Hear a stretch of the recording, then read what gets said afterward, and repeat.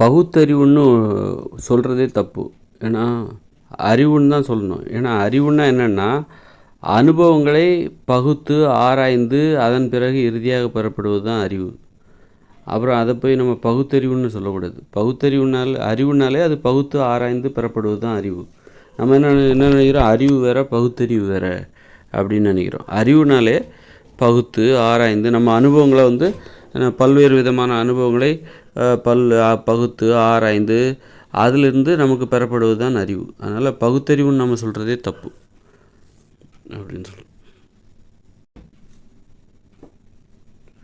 அறிவுனாலே அது பகுத்து ஆராய்ந்து பெறப்படுவது தான். அப்படி இருக்கும்போது நம்ம பகுத்தறிவுன்னு நம்ம ஏன் சொல்லணும்? அறிவுனாலே அது பகுத்து ஆராய்ந்து பெறப்படுவது தான் அறிவு என்பது. அறிவு சும்மா வராது.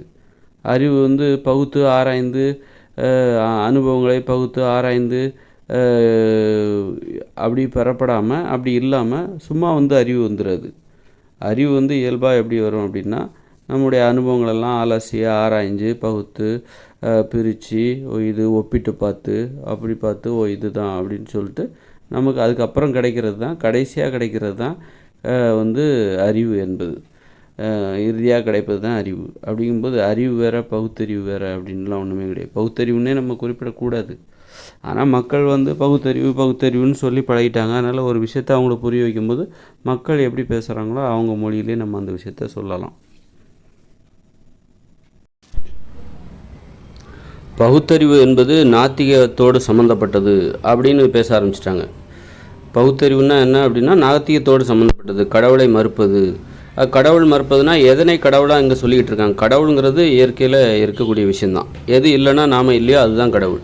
இந்த காற்று, நீர், நிலம் இதெல்லாம் இல்லைன்னா நாம் இல்லை. பெற்றோர்கள் இல்லை, பெரியவங்கள் இல்லைன்னா நாம் இல்லை. அப்போ அவங்க எல்லாம் தான் கடவுள். பெண்கள் இல்லைன்னா ஆண்கள் இல்லை. பெண்கள் தானே பெற்றோர்கள், தாயை குழந்தைகளை பெற்றெடுக்கிறாங்க. அப்போ அவங்க இல்லைன்னா ஆணும் பெண்ணும் ரெண்டும் பெற்றெடுக்கிறவங்க பெண்கள் ஐய தாய், அந்த தாய்மார்கள். அப்படி இருக்கும்போது அவங்க இல்லைன்னா யாருமே. அப்போ அவங்க தான் கடவுள். யார் இல்லைன்னா நாம் இல்லையோ அவங்க தான் கடவுள். கடவுளுங்கிறத நம்ம பார்க்கணும், உணரணும், அதுதான் கடவுள். அப்போ கடவுள் மறுப்பு சிந்தனைன்னா என்ன அர்த்தம் அப்படின்னா, இவங்க நம்ம பார்க்க முடியாத கடவுளை இங்கே கற்பித்து கொண்டு இருக்கிறார்கள். கடவுள் என்பவர் எங்கும் இருப்பார், ஆனால் பார்க்க முடியாது, உணர முடியாது அப்படின்னு சொல்லிட்டு கல்லுலேயும் சிலையிலையும் இருக்கிறதா சொல்கிறது, கற்பனையாக ஒரு கதையை சொல்லி அதுதான் கடவுளோட கதைன்னு சொல்கிறாங்களோ, அந்த கடவுளை மறுக்கிற அந்த சிந்தனை தான் நாத்திகம் அப்படின்னு பகுத்தறிவு சம்மந்தப்பட்டது. அந்த கடவுளை மறுப்பதோடு நின்று விட்டார்கள். கடவுளே இல்லை என்று அப்போ அந்த மாதிரியான கடவுள் தான் இல்லையே தவிர, ஆனால் கடவுள்னு ஒன்று இருக்குது. அது எது இல்லைன்னா நாம் இல்லையோ அதுதான் கடவுள். இந்த இயற்கை, நீர், நிலம், உணவு இதெல்லாம் இல்லைன்னா நாம் இல்லை, அதுதான் கடவுள். அப்படிங்கிற அந்த நிலைப்பாடு தான் பகுத்தறிவுக்கான அந்த முழுமை. பகுத்தறிவு அப்போ தான் முழுமையடைகிறது. பகுத்தறிவு என்பது அப்போ தான் முழுமையடைகிறது. பகுத்தறிவு முதல்ல எதெல்லாம் கடவுள் இல்லை அப்படின்னு சொல்கிறது ஒரு பகுத்தறிவு தான். இந்த கல், இந்து மதம், கிறிஸ்தவ மதம், முஸ்லீம் மதம் இதெல்லாம் கடவுள் இல்லை. அந்த கல் சிலை, இயேசு சிலை, இந்த மாதிரி சிலைகள்லாம் இதிலெல்லாம் கடவுள் இல்லை. அப்போ எதில் கடவுள் அப்போ அதோடு நின்று விடக்கூடாது. அப்போ அதெல்லாம் கடவுள் இல்லை அப்படின்னு சொல்லிட்டு கடவுளே இல்லை என்று சொல்லிவிடக்கூடாது. அதுதான் பகுத்தறிவு. அதனால் என்ன ஆரம்பிச்சிட்டாங்க, பகுத்தறிவுக்கு எதிராக சிந்திக்க ஆரம்பிச்சிட்டாங்க. அப்போ கடவுள்னு ஒன்று இருக்குது. அது எதுன்னா நம்ம உணரணும், நாம் நம்பணும், நாம் இன்னொருத்தருக்கு காட்டணும் இதுதான் கடவுள், இன்னொருத்தருக்கு நம்ம உணரும்படி செய்யணும், அதுதான் கடவுள். அப்போ எதெல்லாம் நம்ம நம்ப முடியும்? நம்ம பார்க்குற விஷயத்த, உணர முடிகிற விஷயத்த தான் நம்ம கடவுள் நம்ம நம்ப முடியும். அதுதான் கடவுள்னு சொல்லணும். நம்ம கடவுள்கிட்ட பேசணும். கடவுள் நம்மோடு ஒரு உறவு, ஒரு தொடர்பையோ உறவையோ ஏற்படுத்தி கொள்ள வேண்டும். அப்போ தண்ணி, நிலம், நீர், காற்று இதெல்லாம் இல்லைன்னா நாம் இல்லை. அப்படிங்கும்போது அதுதான் கடவுள். அப்போ தண்ணி, நிலம், நீர், காற்று இதெல்லாம் உணர முடியும்.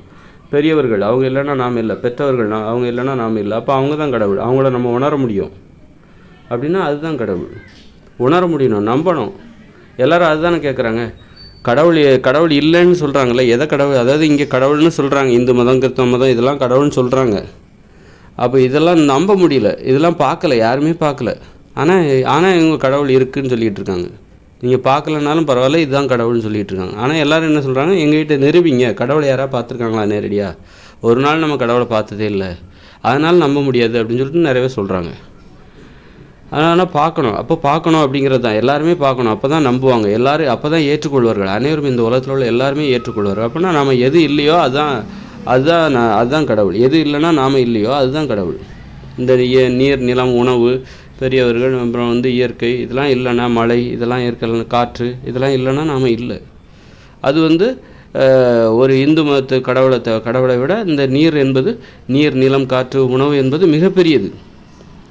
இவங்க எதெல்லாம் கடவுள்னு சொல்லிகிட்டு இருக்காங்களோ, இப்போ இந்து மதம், சிவன், அல்லா, இயேசு, இதுதான் கடவுள், புத்தர், இதெல்லாம் கடவுள் அப்படின்னு சொல்லிட்டு இருக்காங்களே, இவர்களை விட ஒரு தண்ணி இல்லைன்னா நீங்கள் 2 நாள் தண்ணி இல்லைன்னா செத்து போகிறதுக்கு வாய்ப்பு இருக்குது. 2 நாள் உணவு இல்லைன்னா நீங்கள் மயங்கி விழுந்து கீழே செத்து போகிறதுக்கு வாய்ப்பு இருக்குது. ஒரு குழந்தைய பெற்றவங்க போயிட்டாங்கன்னா அந்த குழந்தை உயிரோடே வாழ முடியாது, செத்து போகிறதுக்கு தான் வாய்ப்பு இருக்குது. அப்படி இருக்கும்போது, ஆனால் வந்து இந்து மதமோ கிறிஸ்தவ மதமோ இங்கே இல்லாத காலங்கள் இருந்தது. அப்போ மக்கள் உயிரோடு தான் வாழ்ந்துட்டு இருந்தாங்க. இடையில வந்தது தான் அந்த மதங்கள். அதற்கு முன்னாடிலாம் மனுஷங்க வாழ்ந்துட்டு இருந்தாங்க. பல ஆயிரக்கணக்கான வருஷங்களாக, லட்ச வருடங்களாக மனுஷங்க வாழ்ந்துக்கிட்டு தான் இருந்தாங்க. இந்து மதம், கிறிஸ்தவ மதம், புத்த மதம் இதெல்லாம் இல்லாமலேயே வாழ்ந்துக்கிட்டு இருந்தாங்க. ஆனால் என்றைக்குமே உணவு இல்லாமல் வாழ்ந்ததில்லை, காற்று இல்லாமல் வாழ்ந்ததில்லை, நீர் இல்லாமல் 2 நாளைக்கு மேலே கூட வாழ முடியாது, காற்று இல்லாமல் ஒரு அரை மணி நேரத்துக்கு மேலே, ஒரு 10 நிமிஷத்துக்கு மேலே கூட வாழ முடியாது, உணவு இல்லாமல், பெற்றோர்கள் இல்லாமல், பெரியவர்கள் இல்லாமல், பெண்கள் இல்லாமல் வாழ முடியாது. அப்போ அவர்கள் தான் கடவுள். எவ்வளோ பிரம்மாண்டமான ஒரு அப்போது இயற்கை வந்து என்ன சொல்லுதுன்னா, அது தனது பிரம்மாண்டத்தை ரொம்ப ரொம்ப வலிமையானது. இயற்கை ரொம்ப வலிமையானது. இயற்கையில் நம்ம எதெல்லாம் கடவுள்னு சொல்கிறோமோ அதெல்லாம் ரொம்ப வலிமையானது. அப்போ அதில் தான் பகுத்தறிவு என்பது முழுமையடைகிறது. அப்போ பகுத்தறிவுன்னு நம்ம சொல்கிறோம்ல, அதான் அறிவு தான் பகுத்தறிவு. இருந்தாலும் பகுத்தறிவுன்னு நம்ம மக்களோட புரிதலுக்காக அந்த வார்த்தையை பயன்படுத்துகிறோம். பகுத்தறிவு எங்கே முழுமையடையுதுன்னா, இந்த இந்து மதம், கிறிஸ்தவ மதம் இதெல்லாம் கடவுள் இல்லை என்பதோடு அந்த பகுத்தறிவு நின்றுவிடப் போவதில்லை, நின்றுவிடக்கூடாது. எது கடவுள் என நீங்கள் நிரூபிக்க வேண்டும். எது கடவுள், எது இல்லைன்னா நாம் இல்லையோ அதுதான் கடவுள். அதை நம்ம வணங்கணும். அப்போ அது நம்ம வணங்கணுமானா கண்டிப்பாக வணங்கணும். பெரியவர்களை வணங்கணும், பெற்றோர்களை வணங்கணும், ஆண்கள் வந்து பெண்களை வணங்கணும், இந்த காற்றை வணங்கணும், நிலத்தை, நீரை வணங்க வேண்டும், வணங்கி கும்பிடணும். அது தினசரி நடவடிக்கையாக இருக்கணும். நம்ம வாழ்க்கையில் தினசரி அதில் ஒரு பயபக்தியோடு நம்ம இந்த இயற்கையை வணங்க வேண்டும், தண்ணீரை வணங்க வேண்டும், நீர், நிலம், காற்று, சூரியன் இதெல்லாம் நம்ம வணங்கணும். இயற்கையை வணங்க வேண்டும், மழையை வணங்க வேண்டும். அதுதான் நம்ம வாழ்வதற்கு. நம்ம இந்த உடம்பே உணவால் ஆனது, நீரால் ஆனது. நீர், இந்த தண்ணி குடிக்கிறோம், உணவு சாப்பிட்றோம், காற்றை சுவாசிக்கிறோம். அப்போ அதால் தான் இந்த உடம்பே உருவாச்சுது. பாருங்கள், நம்ம உடம்பே நம்ம எதெல்லாம் கடவுள்னு சொல்கிறோமோ அதால் தான் இந்த உடம்பே உருவாச்சுது. உணவு உண்ணுகிறோம், காற்றை சுவாசிக்கிறோம், நீரை குடிக்கிறோம். அப்போ இதுதான் கடவுள் நம்ம சொல்கிறோம். இதெல்லாம் நமக்கு யார் ஆரம்பத்தில் சின்ன வயசில் பிறக்கும்போது நமக்கு யார் கொடுக்குறாங்க? அம்மா, அப்பா, அவங்க தான் வந்து நம்ம வளர்க்குறாங்க. அப்படின்னா அவங்க தான் கடவுள். அவங்களாம் இல்லைன்னா நம்மளால். அப்போ இந்த உடம்பு எதால் உருவாக்குனது? கடவுளால் உருவாக்கப்பட்டது. கடவுளை வந்து கடவுளால் ஒவ்வொன்றும், இந்த உடம்போட ஒவ்வொரு செல்லுலையும் கடவுள் இருக்கிறார். கடவுள் வந்து இருக்கிறது இந்த உடம்போட ஒவ்வொரு செல்லிலும். ஏன்னா உணவு உண்டு தானே இந்த கடவுள், இந்த உடம்பு உருவாகுது. உணவு சாப்பிட்டு தானே உடம்பு உருவாகுது. நீரை குடித்து தானே இந்த உடம்பு உருவாகுது. காற்றை சுவாசித்து தானே இந்த உடம்பு உருவாகுது. காற்றை வந்து, நீரை வந்து, நம்ம உணவை வந்து நாமளே போய் சாப்பிட்டோமா சின்ன வயசில்? ஒரு 5 வயசு வரைக்காவது யாரோட உதவியாவது வேணும்ல, பெற்றோருடைய உதவி வேணும் தானே. மாதிரி அது மட்டும் பரவாயில்ல, உணவு மட்டுமே பரவாயில்ல. வழிகாட்டுதல், எதை செய்யணும் எதை செய்யக்கூடாது, வழிகாட்டுதல், அறிவுரை சொல்கிறது. இந்த வழியில் இந்த வழியில் போகாத அப்படின்னு பெரியவர்கள் வந்து சிறியவர்களுக்கு வழிகாட்டுவாங்க. அப்போ அவங்களும் கடவுள் தான். வேறு நீங்கள் சொல்கிற எந்த கடவுளும் உங்களுக்கு நேராக வந்து உணவு கொடுக்க போகிறதில்ல. நீங்கள் பட்னியாக கிடந்தாலும் சரி, அந்த நீங்கள் சிலைகளில் இருப்பதாக சொல்கிற அந்த கடவுள் அப்படி தான் இருக்க போகுது. அந்த பொம்மைகள், அதெல்லாம் பொம்மைகள், அது அப்படி தான் இருக்கும். நீங்கள் பட்னியாக கிடந்தால் மனுஷங்க யாராக வந்தால் தான் உங்களுக்கு உதவி பண்ண முடியும். அதனால் நீங்களே போய் தான் உங்களுக்கு உதவி தெரியும். அதனால் பகுத்தறிவு என்பது என்னவென்றால் அறிவு தான். அறிவுனாலே பகுத்து ஆராய்ந்து பெறப்படுவது தான் அறிவு. பகுத்தறிவுன்னு ஒன்று தனியாக கிடையாது. பகுத்தறிவு என்கிற வார்த்தையே தப்பு. இருந்தாலும் மக்கள் பயன்பாட்டில் இருக்குதுங்கிறனால மக்களுக்கு புரியணுங்கிறதுக்காக அந்த வார்த்தையை நான் பயன்படுத்துகிறேன். அறிவு தான் வந்து சரியான சொல். பகுத்து ஆராய்ந்து பெறப்படுவது தான் அறிவு.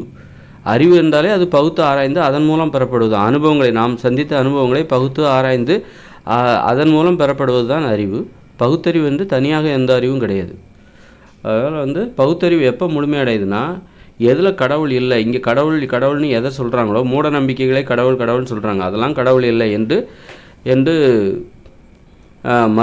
மறுப்பதோடு நின்று விடாமல், எது கடவுள் என்று சொல்வதில் தான் அந்த பகுத்தறிவு என்பது, அறிவு என்பது முழுமையடைகிறது. மூட நம்பிக்கையை ஒழித்து கட்டுகிற அந்த வேலை என்பது நிறைவடைகிறது. எது கடவுள் என்று நாம் சொல்ல வேண்டும், மக்களுக்கு சொல்ல வேண்டும். அப்போ தான் வந்து அறிவு என்பது முழுமையடைகிறது. பகுத்தறிவு என்பது அது வந்து முழுமையடைகிறது.